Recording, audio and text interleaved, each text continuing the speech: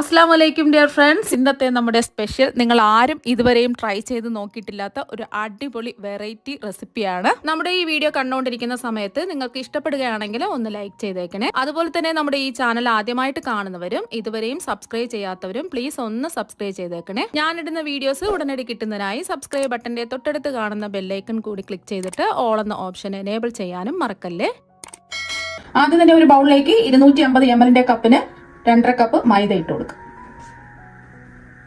ഇപ്പോൾ 2.5 കപ്പ് മൈദ ഇട്ട് കൊടുത്തിട്ടുണ്ട്. ഇനി ഇതിലേക്ക് ആവശ്യത്തിനുള്ള ഉപ്പ് ഇട്ട് കൊടുക്കാം. ഞാനിപ്പോൾ 1.25 ടീസ്പൂൺ ഉപ്പാണ് ഇട്ട് കൊടുക്കുന്നത്. ഒന്ന് മിക്സ് ചെയ്യാം.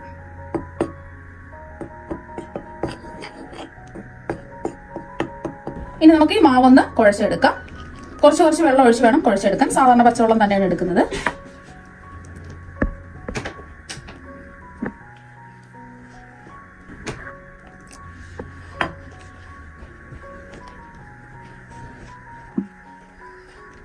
മാവ് നല്ല കട്ടിക്ക് ഒന്ന് കുഴച്ചെടുക്കാം.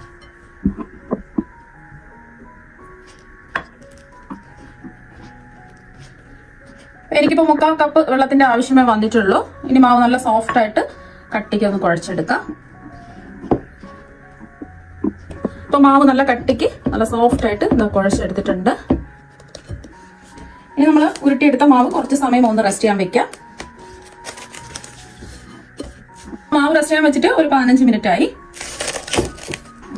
ഇനി മാവ് നമുക്ക് കൗണ്ടർ ടോപ്പിൽ എടുത്ത് വെച്ചിട്ട് ഒന്നുകൂടി ഒന്ന് കുഴച്ചെടുക്കാം. ഇനി മാവ് ഒന്നുകൂടി ഒന്ന് സോഫ്റ്റ് ആയിട്ട് കുഴച്ചെടുക്കാം.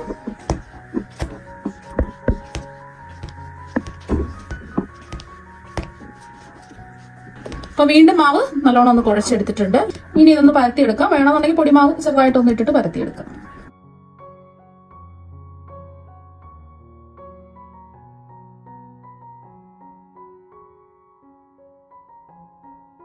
അപ്പൊ ഇതുപോലെ ചെറിയൊരു കട്ടിക്ക് പരത്തി എടുത്തിട്ടുണ്ട്.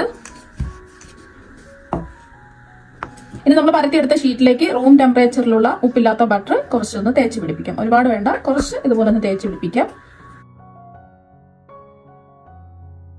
ബട്ടർ ഒന്ന് തേച്ച് പിടിപ്പിച്ചതിന് ശേഷം ഈ മാവ് 2ആയിട്ട് ഒന്ന് മടക്കി കൊടുക്കുക. ഇനി കൈ വെച്ചിട്ട് ഇതുപോലെ ഒന്ന് എല്ലാ ഭാഗത്തും ഒന്ന് പ്രസ് ചെയ്ത് കൊടുക്കാം. അപ്പൊ കൈ വെച്ചൊന്ന് പ്രസ് ചെയ്ത് കൊടുത്തതിന് ശേഷം ഈ അറ്റം ഒന്ന് മടക്കി കൊടുക്കാം. വീണ്ടും കൈ വെച്ച് ഇതുപോലെ ഒന്ന് പ്രസ് ചെയ്യാം. ഒന്ന് പ്രസ് ചെയ്ത് കൊടുത്തതിന് ശേഷം രണ്ടറ്റം ഒന്ന് മടക്കി കൊടുക്കാം.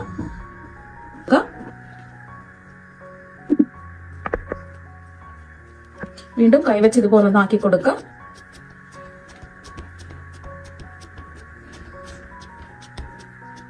കൈ വെച്ചിട്ട് ഇതുപോലെ ഒന്ന് പ്രസ് ചെയ്ത് കൊടുത്തതിന് ശേഷം വീണ്ടും ഇത് 2ആയിട്ടൊന്ന് മടക്കി കൊടുക്കാം. വീണ്ടും ഇതുപോലെ ഒന്ന് പ്രസ് ചെയ്ത് പരത്തി കൊടുക്കാം. മാവ് സോഫ്റ്റ് ആയതുകൊണ്ട് പെട്ടെന്ന് ഇതുപോലെ ആയി കിട്ടും. ഇതുപോലെ ഒന്ന് പ്രസ് ചെയ്ത് കൊടുത്തതിന് ശേഷം വീണ്ടും നമ്മൾ നേരത്തെ പരത്തിയെടുത്തതുപോലെ ഒന്ന് പരത്തിയെടുക്കാം.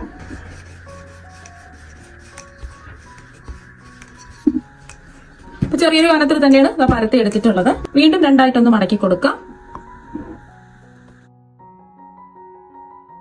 ഇതുപോലെ ഒന്ന് മടക്കി കൊടുത്തതിന് ശേഷം ജസ്റ്റ് ചെറുതായിട്ടൊന്ന് പരത്തി കൊടുക്കാം.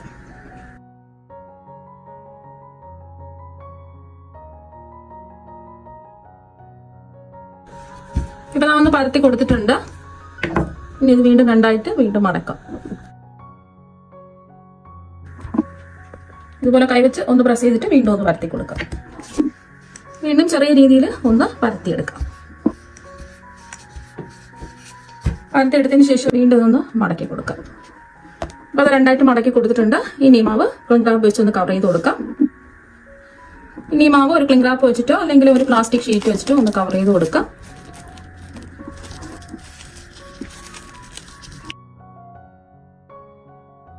നമുക്കിത് ഫ്രിഡ്ജിലല്ല വെക്കാനുള്ളത്. നമ്മളിതിൽ ബട്ടർ ചേർത്തത് കൊണ്ട് നമ്മൾ ഫ്രീസറിലാണ് ഇത് റെസ്റ്റ് ചെയ്യാൻ വെക്കുന്നത്. മാവ് റെസ്റ്റ് ചെയ്യാൻ വെച്ചിരിക്കുന്ന സമയം കൊണ്ട് ചൂടായി കിടക്കുന്ന ഒരു പാനിലേക്ക് 1 ടേബിൾ സ്പൂൺ എണ്ണ ഒഴിച്ചു കൊടുക്കാം. എണ്ണ ഒന്ന് ചൂടായതിനു ശേഷം ഇതിലേക്ക് ചെറിയൊരു കഷ്ണം ഇഞ്ചി ചതച്ചെടുത്തത് ചേർക്കാം. അതുകൂടെ 5-6 വെളുത്തുള്ളി ഇലകൾ ചതച്ചത് കൂടി ചേർത്ത് കൊടുക്കാം.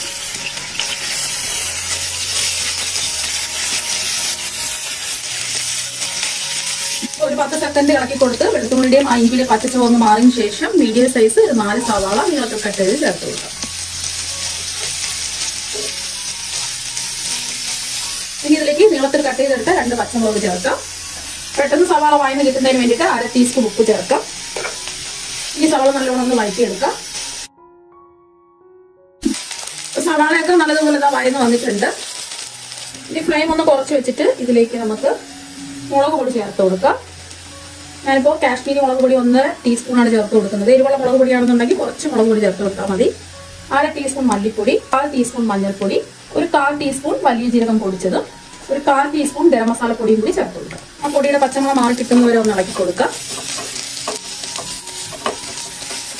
പൊടിയുടെ ഒരു പച്ചമണമൊക്കെ മാറിയിട്ടുണ്ട്. ഒരു 10 സെക്കൻഡ് ഇളക്കി കൊടുത്തതിന് ശേഷം ഒരു തക്കാളി നീളത്തിൽ അരിഞ്ഞെടുത്തതും കൂടി ചേർത്ത് കൊടുക്കുക. മീഡിയം സൈസ് 2 തക്കാളിയാണ് എടുത്തിട്ടുള്ളത്. ഈ തക്കാളി എല്ലാം ഒന്ന് വാടിക്കിട്ടാൽ നമുക്ക് മൂടി വെച്ച് കൊടുക്കാം. ഫ്ലെയിം കുറച്ച് തന്നെ വയ്ക്കാം. അപ്പോൾ നമ്മൾ 2 മിനിറ്റ് മൂടി വെച്ചിട്ടുണ്ടായിരുന്നു. ഇടയ്ക്കൊന്ന് ഇളക്കി കൊടുത്തിട്ടുണ്ട്. തക്കാളി എല്ലാം ഒന്ന് ഉടച്ചു കൊടുക്കാം. ഈ ഒരു സമയം ഉപ്പ് കുറവുണ്ടെങ്കിൽ ഉപ്പ് ചേർത്ത് കൊടുക്കാം. അപ്പോൾ നമ്മുടെ ഫില്ലിങ് നല്ല റെഡി ആയിട്ടുണ്ട്. ഫ്രീസറിൽ 1/2 മണിക്കൂർ റെസ്റ്റ് ചെയ്യാൻ വെച്ചിട്ട് മാവ് എടുത്തിട്ടുണ്ട്. ഇനി മാവ് 4ആയിട്ടൊന്ന് കട്ട് ചെയ്യാം. കട്ടയിൽ നിന്നും ഒരു പീസ് എടുക്കാം. ഇപ്പോൾ ഒരു പീസ് മാവ് എടുത്തിട്ടുണ്ട്.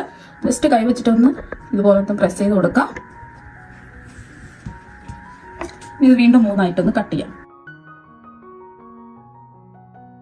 കട്ടയിൽ നിന്നും ഒരു പീസ് എടുക്കാം. ഇനി ഇത് പൊടിമാവൊന്നും ഇടേണ്ട ആവശ്യമില്ല.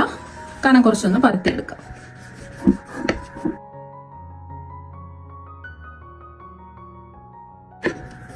റൗണ്ട് ഷേപ്പിലോ സ്ക്വയർ ഷേപ്പിലോ എങ്ങനെ വേണമെങ്കിലും പരത്തിയെടുക്കാം. ഞാനിപ്പോൾ കനം കുറച്ച് റൗണ്ട് ഷേപ്പിൽ പരത്തിയെടുത്തിട്ടുണ്ട്. ഇതുപോലെ ബാക്കിയെല്ലാം പരത്തിയെടുക്കാം. നമ്മൾ പരത്തിയെടുത്തിൽ നിന്നും ഒരു ഷീറ്റ് മാവ് എടുത്തിട്ടുണ്ട്. ഇതിന്റെ നടുവിലായിട്ട് നമ്മൾ തയ്യാറാക്കി വെച്ച ഫില്ലിങ് വെച്ച് കൊടുക്കാം. ഒരു മുട്ടയുടെ പകുതി മുട്ട ഇതുപോലെ 2ആയിട്ട് കട്ട് ചെയ്തതാണ് വെച്ച് കൊടുക്കാം. ഇതിന്റെ ചുറ്റിനും വെള്ളം ഒന്ന് തേച്ച് കൊടുക്കാം. അടുത്ത ഒരു ഷീറ്റ് മാവ് ഇതിന്റെ മുകളിലായിട്ട് ഇങ്ങനെ വെച്ച് കൊടുക്കാം. കൈ വെച്ചിട്ട് ഒന്ന് ഒട്ടിച്ചു കൊടുക്കാം. ഓർക്ക് വെച്ചിട്ട് ഒന്ന് ഡിസൈൻ ചെയ്ത് കൊടുക്കാം.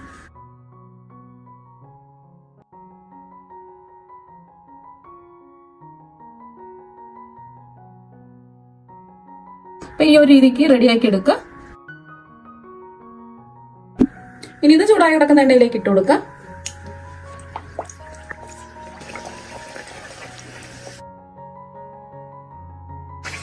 ഒരു വശം ഒന്ന് മൊരിഞ്ഞു വരുന്ന സമയത്ത് തിരിച്ചിട്ട് കൊടുക്കാം.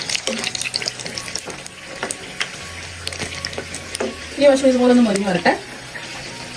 ഫ്ലെയിം മീഡിയം ഫ്ലെയിം വെച്ച് കൊടുക്കുക. 2 വശവും നല്ലോണം മൊരിഞ്ഞ് ഗോൾഡൻ ബ്രൗൺ നിറം ആയിട്ടുണ്ട്. ഇനി നമുക്ക് എണ്ണയിൽ നിന്ന് കോരി മാറ്റാം.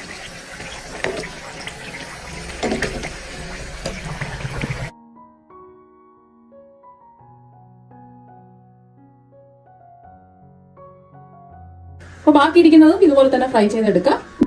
ഇപ്പൊ ഇതെല്ലാം ഫ്രൈ ചെയ്തെടുത്തിട്ടുണ്ട്. പുറമൊക്കെ നല്ല ക്രിസ്പി ആയിട്ടാണ് ഇരിക്കുന്നത്.